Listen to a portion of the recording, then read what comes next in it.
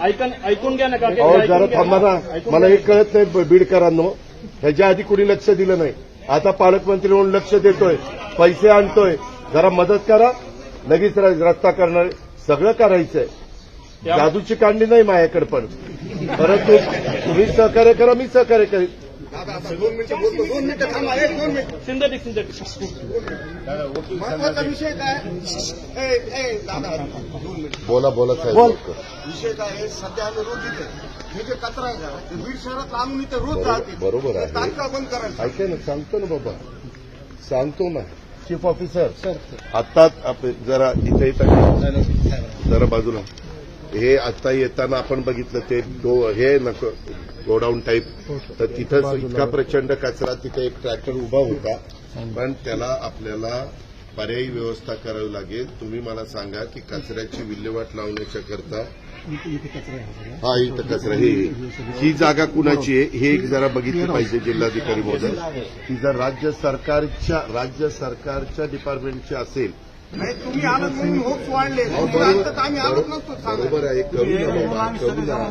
आम्ही आमच्या भागात केलंय, परंतु फक्त आमच्या भागात करून उपयोग नाही, राज्यात झालं पाहिजे. म्हणून आपण मिळून करूया. त्याच्यात तुम्ही मला मदत करा. त्याच्यामध्ये काही ठिकाणी मला वाईटपणा घ्यावा लागेल, काही ठिकाणी अतिक्रमणं काढावी लागतील. त्या अतिक्रमणाची आपल्याला काहीतरी त्यांना पर्यायी व्यवस्था पण करावी लागेल. त्यांनाही वाऱ्यावर सोडून चालणार नाही. असं काही करू. दादा फक्त एक रिक्वेस्ट आहे. सकाळी आमच्या माय बहिणी 5 वाजता 4 वाजता प्रॅक्टिसला येतात आणि संध्याकाळी 8 ते 9 वाजेपर्यंत प्रॅक्टिसमध्ये असतात. कर्मचारी वर्ग इथं हजर असते. पण एक रिक्वेस्ट आहे की सीसीटीव्ही कॅमेरा लावा आणि सिक्युरिटी वाढवा दादा. फक्त मगाशी तुम्ही ऐकलं नाही का काय कुठं असतं त्याच्यामध्ये केबिन वगैरे सांगितलं ना. 25 कोटीचा प्लॅन आहे आता. 25 कोटीचा दाखवलाय ते आता. आणि हे 25चा प्लॅन करत असताना त्याची अंमलबजावणी आम्ही लगेच सुरू करतोय टेंडर काढून. ते झाल्यानंतर पैसे कमी पडले तर अजून थोडेसे पैसे वाढवतो. परंतु जे ठरलंय आणि त्याचा उपयोग तुम्ही खेळाडूंनी, तुम्ही नागरिकांनी, आमच्या महिला भगिनींनी सगळ्यांनी चांगल्या पद्धतीनं करून घ्या. कारण शेवटी तुमचं आहे.